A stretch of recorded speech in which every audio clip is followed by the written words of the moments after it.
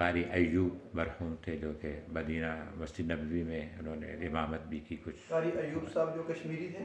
نہیں، یہ برمی سعودی تھے، میرے ساتھ مدینہ منورہ میں پڑھتے تھے.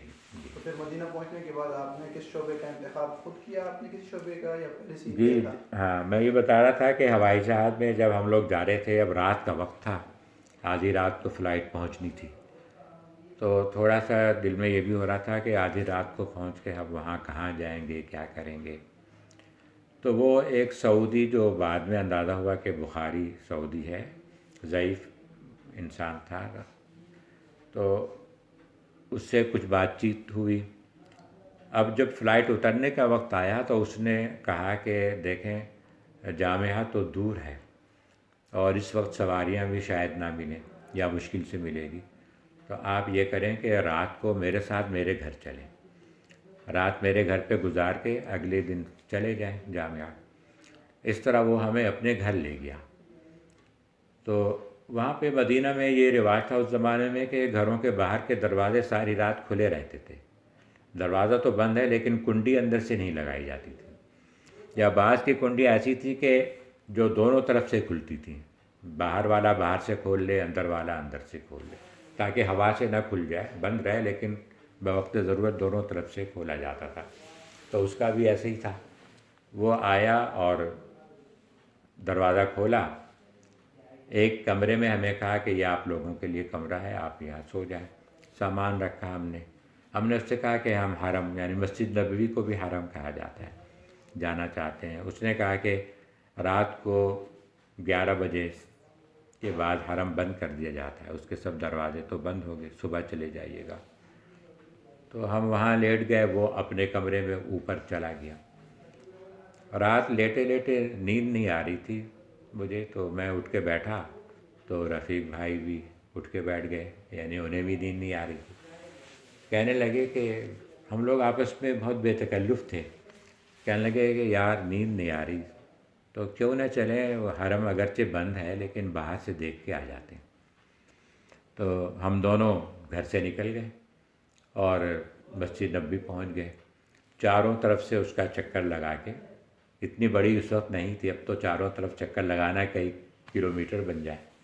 چکر لگایا، دیکھا، واپس آئے گھر میں، دروازے سے کھول کے اندر آ گئے، لیٹ گئے، سو گئے، نیند آ گئی. تو صبح پھر جب جامعہ جانے کا ارادہ کیا، ناشتہ بھی اس شخص نے کرایا، تو ٹیکسی کرا کے جامعہ پہنچے. تو وہاں جہاں جامعہ ہم ٹیکسی سے جا کے اترے، وہیں پہ اتفاق سے ان حضرات میں سے ایک کھڑا ہوا مل گیا جو کہ دارالعلوم کے ہمارے جاننے والے تھے. جو دوبارہ صاحب کے شاگرد تھے. جی.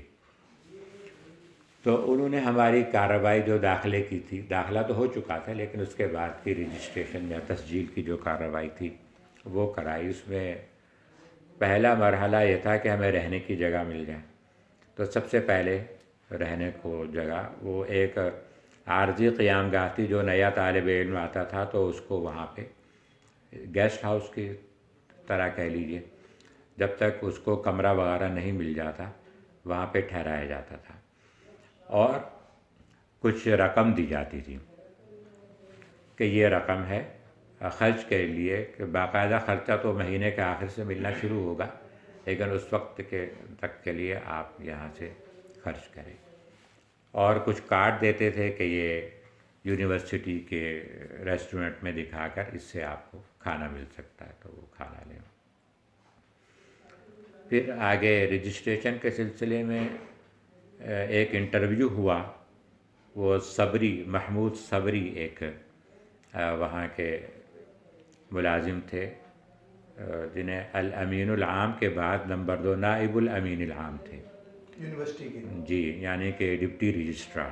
Deputy registrar. جی، بڑے قابل آدمی تھے، بہت مصری تھے لیکن یہ کہ بہت فصیح و بلیغ انسان. انگلش اصطلاحات میں امیر کو ڈپٹی کہتے ہیں اور امین کو ڈپٹی کہتے ہیں. نہیں، الامین العام وہ ڈپٹی جنرل رجسٹرار ہوا اور امین رجسٹرار اور ڈپٹی نائب ہوا.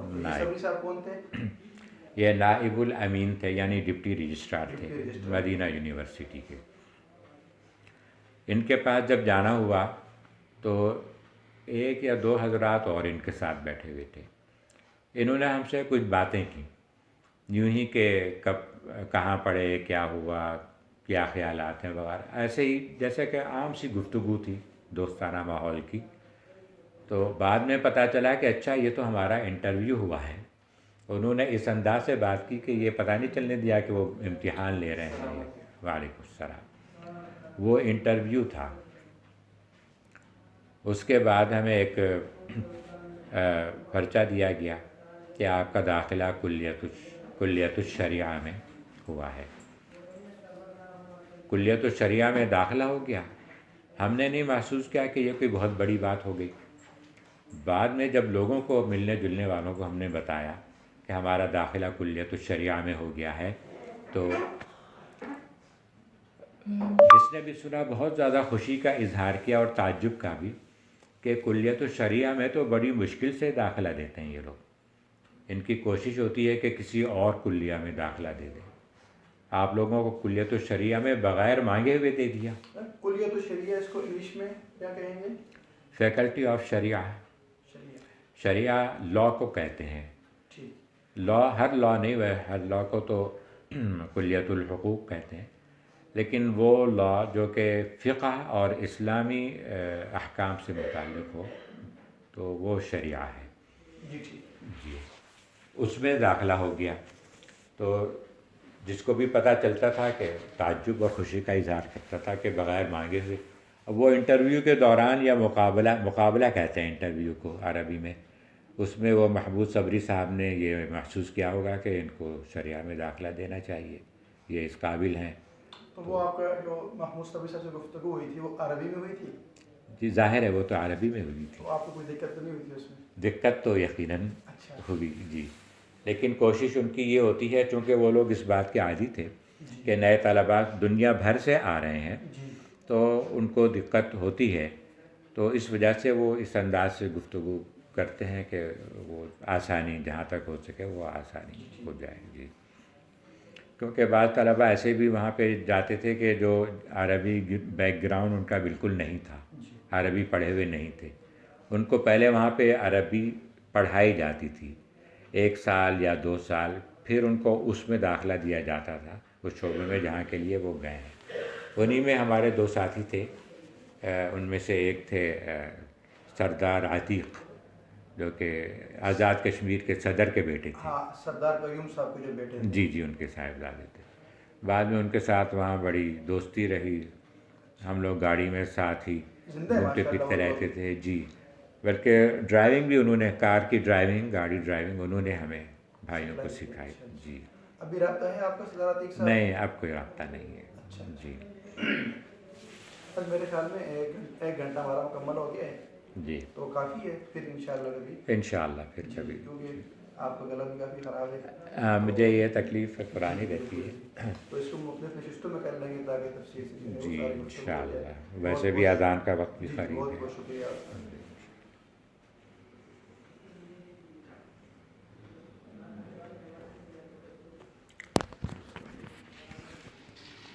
اچھا مجھے معلوم نہیں تھا کہ پہلے آپ باقاعدہ یہ سب سوچ کر آئے ہیں.